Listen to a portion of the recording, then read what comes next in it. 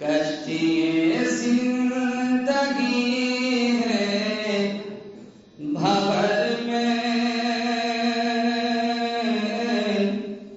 اور نظر میں کنارہ نہیں ہے یا رسول اللہ کشتی زندگی ہے بھور میں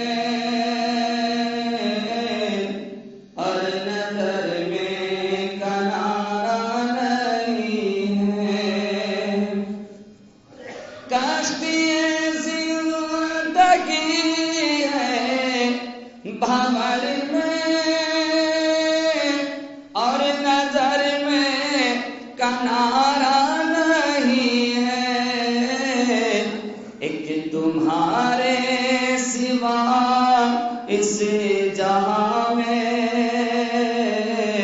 اور کوئی ہمارا نہیں ہے ایک تمہارے سوا اس جہاں میں یا رسول اللہ اور کوئی ہمارا نہیں ہے کشتی زندگی ہے بھور میں اور نظر میں کنارہ نہیں ہے اور یہ شعر بھی محبت کے ساتھ میں سماعت کریں کسی کو جا کر سنائے ہم آخر اپنے رنج و الم کا فسانہ یا رسول اللہ کسی کو جا کر سنائے ہم آخر اپنے رنج و الم کا فسانہ ایک تمہارے سوا اس جہاں میں اور کوئی ہمارا نہیں ہے ایک تمہارے سوا اس جہاں میں اور کوئی ہمارا نہیں ہے مکتے کا شعر دعا کے ساتھ سماعت کریں پھر منقبت بھی سنانا ہے کہ گردش زندگی ہوش میں آ تو نے مصباح کو کیا ہے سمجھا گردش زندگی ہوش میں آ تو نے مصباح کو کیا ہے سمجھا ارے اس کے حامی ہے قطب دو عالم یہ کبھی بے سہارا نہیں ہے اس کے حامی ہے قطب دو عالم یہ کبھی بے سہارا نہیں ہے کشتی زندگی ہے بھور میں اور نظر میں کنارہ نہیں ہے درود پاک پڑھیں اللہم صلی علی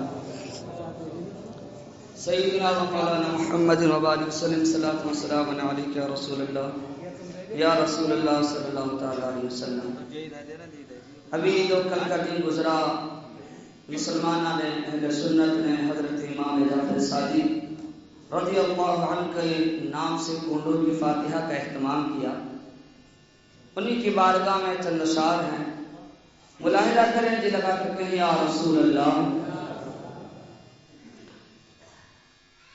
بہت بلند ستارہ امام جعفر کا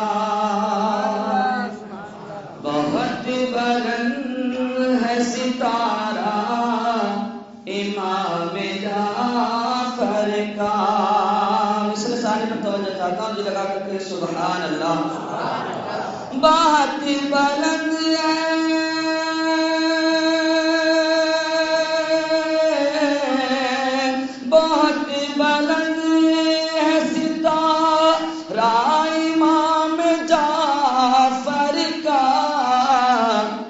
کہ حسین پاک ہے دادا امام جعفر کا، حسین پاک ہے دادا امام جعفر کا، حسین پاک ہے دادا امام جعفر کا۔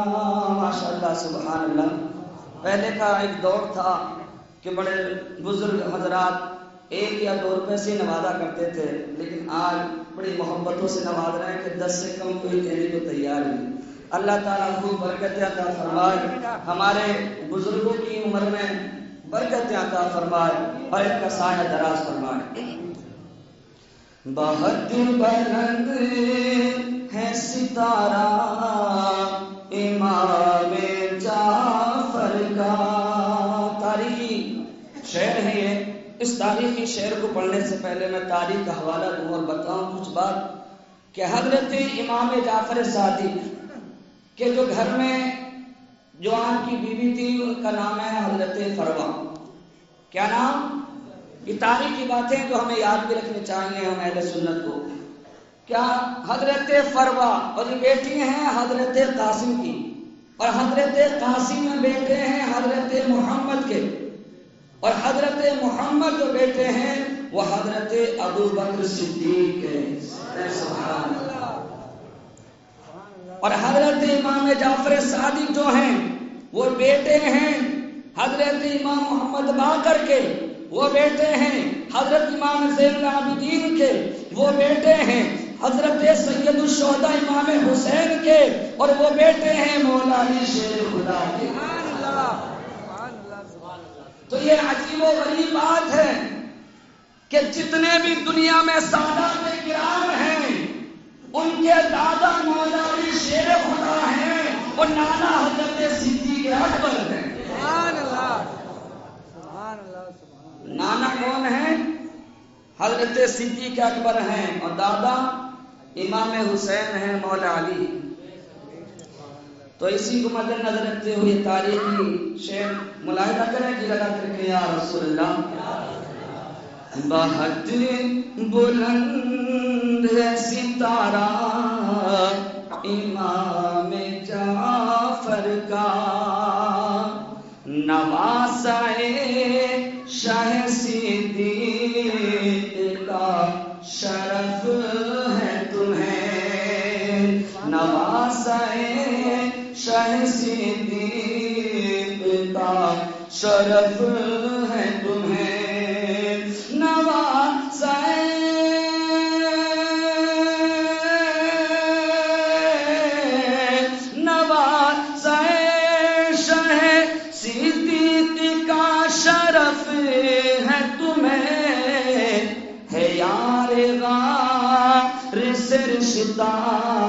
امام جعفر کا ہے یار وارث رشتہ امام جعفر کا، اور جو آپ کی گونوں کی نیاز دلایا کرتا ہے اس کے لیے شعر ملاحظہ کریں۔ بڑے خوش قسمت ہیں، بڑے خوش نصیب ہیں وہ لوگ جو حضرت امام جعفر صادق کی نیاز دلایا کرتے ہیں۔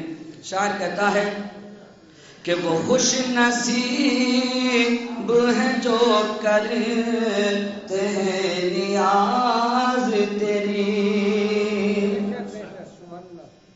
حالانکہ 22 تاریخ نہ تو آپ کی پیدائش کا دن ہے نہ ہی آپ کی وصال کا دن ہے۔ آپ کی پیدائش 17 ربیع الاول کو 83 ہجری میں ہوئی۔ کتنی؟ 17 ربیع الاول غالباً 83 ہجری میں، اور آپ کی 68 سال کی عمر میں وفات ہوئی 15 رجب میں۔ کتنے؟ 15 رجب میں آپ کا وصال ہوا۔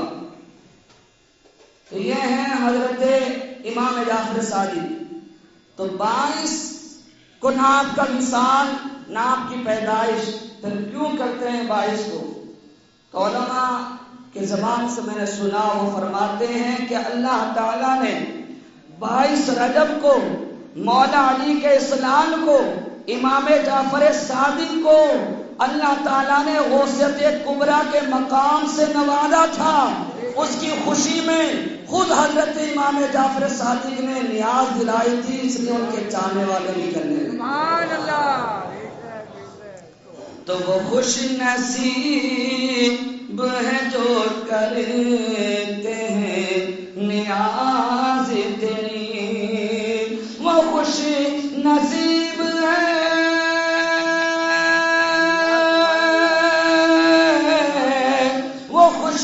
نصیب ہے جو کرتے ہیں نیاز تیری، ارے زمانہ پاتا ہے صدقہ امام جعفر کا، زمانہ پاتا ہے صدقہ امام جعفر کا، جس کو جو ملا ہے کربلا والوں کے صدقے میں ملا ہے۔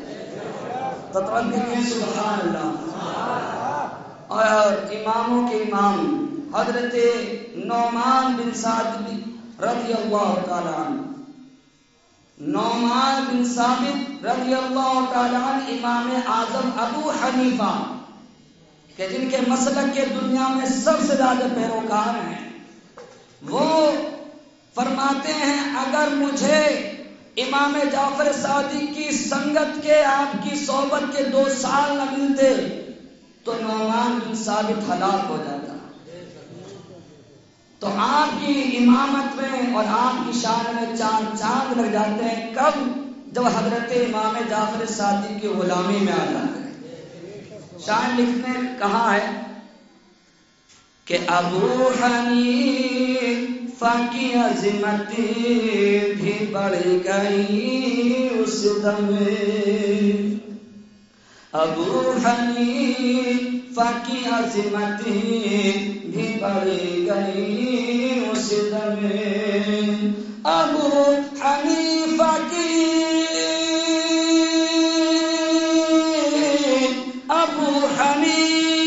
کی عظمت بھی بڑھ گئی اس دم کہ جب وہ بنی گیا بیٹا امام جعفر کا، کہ وہ جب وہ بنی گیا بیٹا امام جعفر کا۔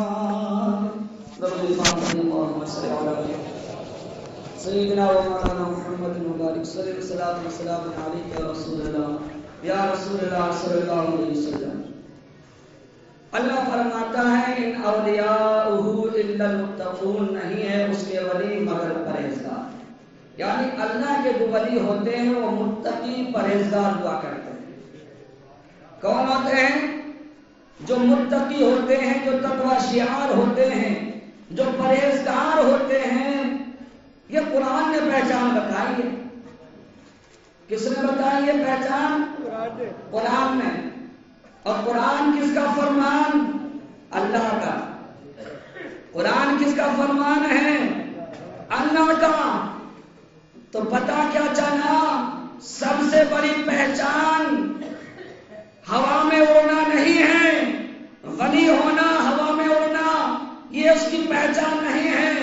بارش برسا دینا، ہوا کو روک دینا، یہ ادھر ادھر کی باتیں کرنا یہ سب سے بڑی پہچان نہیں، بلکہ اللہ والے کی سب سے بڑی پہچان اللہ نے خود قرآن میں بیان کر دی کہ وہ سب سے بڑا پرہیزگار ہوگا، وہ سب سے بڑا تقویدار ہوگا، وہ سب سے بڑا پرہیزگار ہوگا، وہ متقی ہوگا، جو اللہ والا ہوگا، جو اللہ کا ولی ہوگا۔ اور جو حضرت امام جعفر صادق ہیں ان کے تقوی کا عالم۔ ہمارا عقیدہ ہے کہ ہم غلامان علی، ہم غلامان پنجتن پاک انہی کے صدقے میں بخشے جائیں۔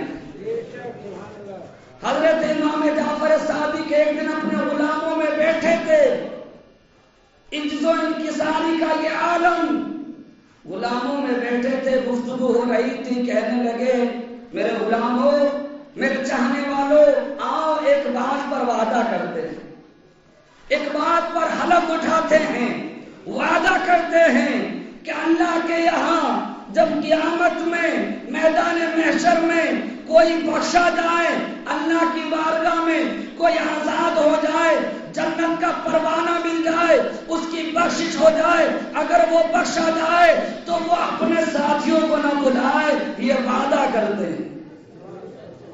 وہ اللہ کی بارگاہ میں ایک دوسرے کی سفارش بھی کریں، یعنی سب مل کر وعدہ کر رہے ہیں۔ علماء نے امام جعفر صادق رو پڑے اور کہنے لگے کہ حضور آپ کیسی باتیں کر رہے ہیں، آپ تو امام حسین کے لگتے جگر ہیں، مولا علی کے لاڈلے ہیں، آپ کے نانا حضرت صدیق اکبر ہیں، آپ کے نانا نبیوں کے سردار ہیں، شفیع المذنبین ہیں، آپ کے دادا مولا علی ہیں، آپ کے دادا امام حسین جنتی جواروں کے سردار ہیں، آپ ایسی باتیں کیوں کر رہے ہیں؟ تو مولا علی شیر خدا کے لال حضرت امام جعفر صادق کہتے ہیں کہ نہ جانے میدان حشر میں کیا ہونے والا ہے۔ یعنی مجھے اپنے افعال سے شرم آتی ہے کہ قیامت کے دن اپنے نانا کو کس طرح چہرہ دکھاؤں گا۔ اللہ اکبر۔ تو یہ ہے اسی طرح سے ایک شخص جس کے کچھ پیسے گم ہو گئے، کچھ رقم کھو گئی، تو وہ آیا اور حضرت امام جعفر صادق پر الزام لگانے لگا، کہنے لگا کہ آپ نے میرے پیسے چرائے ہیں۔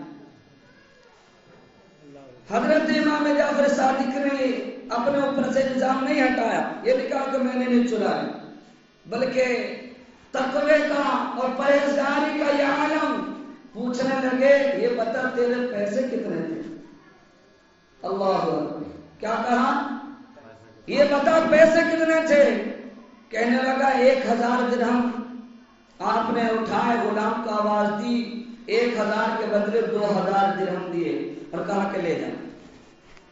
اللہ اکبر۔ 1000 درہم تھے، لیکن اس کے بدلے میں تقوی کا یہ عالم امام جعفر صادق کا، ان کی سخاوت کا یہ عالم، کیوں؟ کیونکہ یہ علی کے لال ہیں، ان کے در سے سخاوت بتا کرتی ہے۔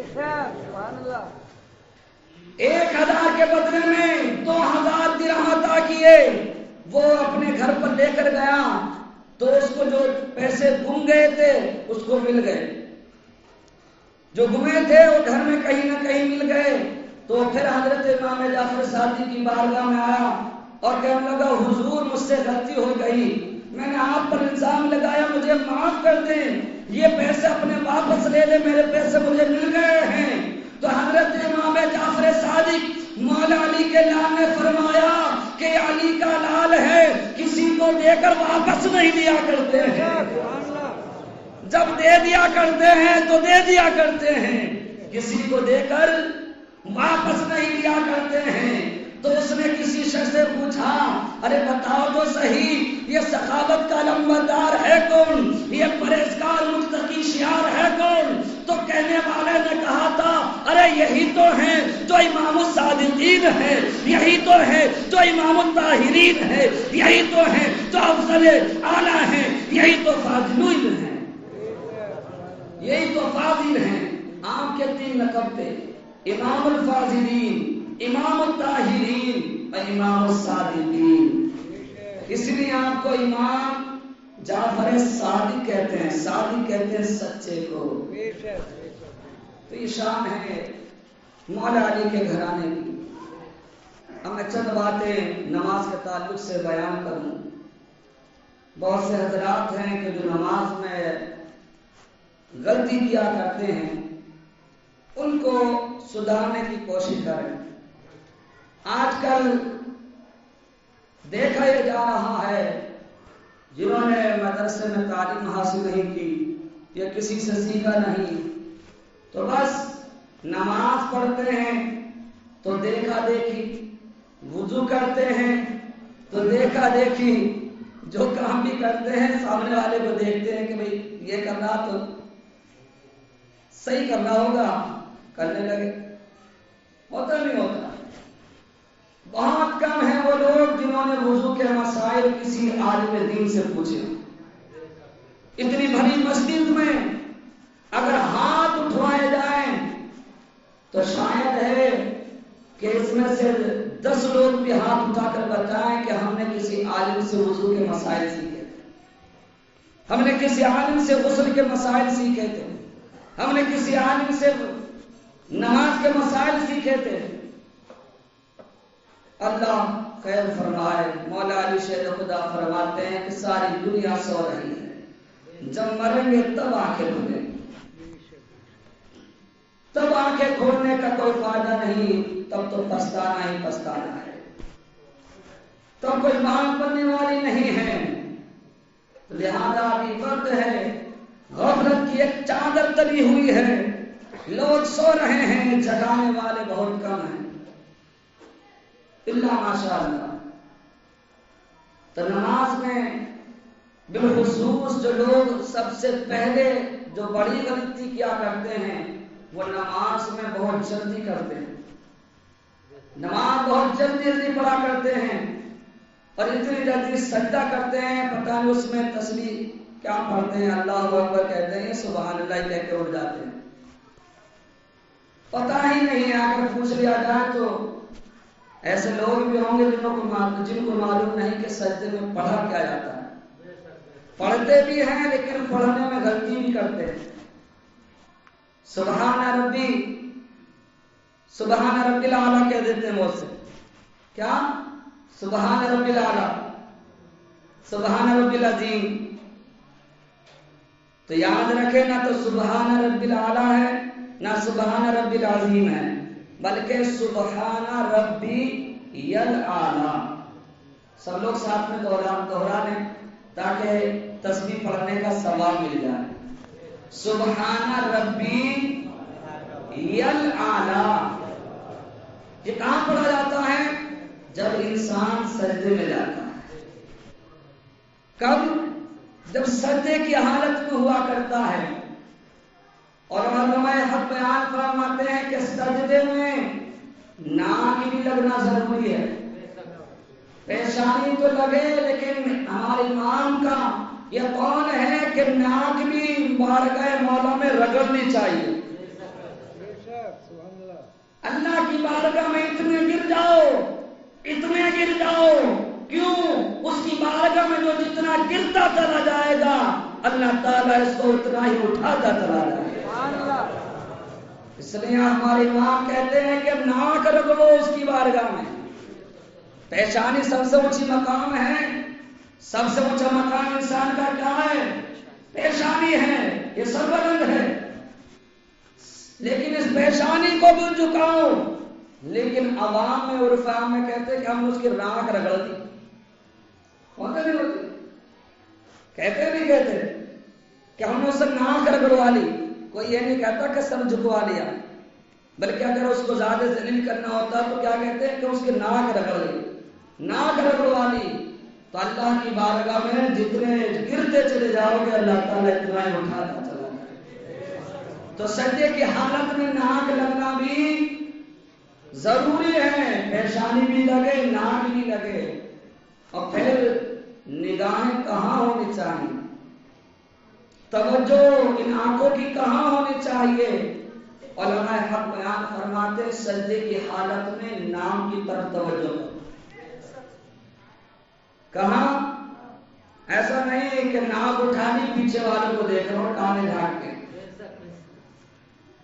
بغل والے کو دیکھ رہو اور بغل سے، اس طرح کی بات نہیں ہونا چاہیے۔ سجدے کی حالت میں نگاہیں کہاں ہوں؟ نیچی ہوں، ناک کی جالی۔ کوشش یہ کرو کہ ناک کی طرف جب انسان دیکھے گا تو نگاہ کہیں ادھر ادھر نہیں بٹھے گی، نظریں ادھر ادھر نہیں جائیں گی۔ اور پھر جب ہم صف میں کھڑے ہوں تو اس بات کا خصوصی یہ دھیان رکھیں کہ سجدے کرتے میں یہ کونیاں جو پھیلائیں۔ بہت سے حضرات ہوتے ہیں کس طرح سے رکھتے ہیں، کونی پھیلا دیتے ہیں۔ ذرا سوچیں پاس والے کا پھر کیا حال ہوگا جب وہ سامنے والا پاس والا پڑوسی تمہارا جب کونی پھیلائے گا تو ایک دوسرے سے ایک دوسرے کی کونیاں ٹکرائیں گی، ٹکرائیں گی نہیں ٹکرائیں گی، اور جب ٹکرائے گی تو پھر نماز میں وہ مزہ نہیں آئے گا۔ تو سجدے کی حالت میں ایک تو کونیاں اس طرح سے نہ پھیلائیں بلکہ تھوڑی سمٹی رکھیں، اس طرح سے ہونا چاہیے۔ اور اس میں بھی مردوں کے لیے لحاظ ہے، اس بات کا ضرور اہتمام کریں کہ نہ تو پیٹ سے ٹچ ہو، نہ سینے سے ٹچ ہو اور نہ ہی زمین سے ٹچ ہو۔ نہ تو پیٹ سے لگے کونی، نہ سینے سے لگے اور نہ ہی زمین سے لگے۔ بہت سے حضرات کو دیکھا جاتا ہے کہ پوری پھیلا کے رکھ دیتے ہیں، عورتوں کی طرح جیسے عورتیں سمجھے زمین پر بچھ جاتی ہیں، بہت سے مردوں کو بھی دیکھا کہ وہ بھی اپنی کونیاں بچھا دیا کرتے ہیں۔ تو یہ سجدے کی کنڈیشن ہے، اس میں اور بھی باتیں ہیں جو بتانا ہے۔ اب اس میں کئی باتیں آپ کے سمجھ میں آ گئی ہوں گی، آئیے کہ نہیں آئیے؟ تو میں نے صرف سجدے والی بات پر میں نے دھیان دلوایا آپ کا۔ تو سجدے کی حالت میں اب ایک اور بات ہے جس کو واجب کے درجے میں رکھا گیا، وہ کیا ہے؟ پچھلے پاؤں جو پاؤں ہوا کرتے ہیں ان کی انگلیاں اٹھنی نہیں چاہیے، پاؤں کی انگلیاں زمین پر لگی رہنا چاہیے، اور ساتھ کے ساتھ میں پاؤں کی انگلیوں کا جو پیٹ ہوا کرتا ہے وہ بھی زمین سے ٹچ ہونا چاہیے۔ اور فرمایا کم سے کم 2 انگلیوں کا تو پیٹ ضرور ٹچ ہونا چاہیے، اور اگر صرف 9 کی انگلیوں کی لگی رہی تو نماز میں وہ مزہ نہیں آئے گا، سجدہ مکمل نہیں ہو پائے گا، سجدہ ادھورا رہ جائے گا، اور جب ادھورا رہ جائے گا تو بتاؤ ثواب پورا مل جائے گا؟ ملے گا؟ نہیں ملنے والا ہے۔ تو سجدے کے تعلق سے میں نے جو یہ باتیں بتائی ہیں، کہو انشاءاللہ اس پر عمل کریں گے۔ اللہ تعالی ہم سب کو عمل کی توفیق عطا فرمائے۔ میرے کہنے میں آپ کے سننے میں جو غلطی ہوں اللہ تبارک و تعالی معاف فرمائے۔ ہم علینا البلاغ۔ السلام علیکم ورحمۃ اللہ وبرکاتہ۔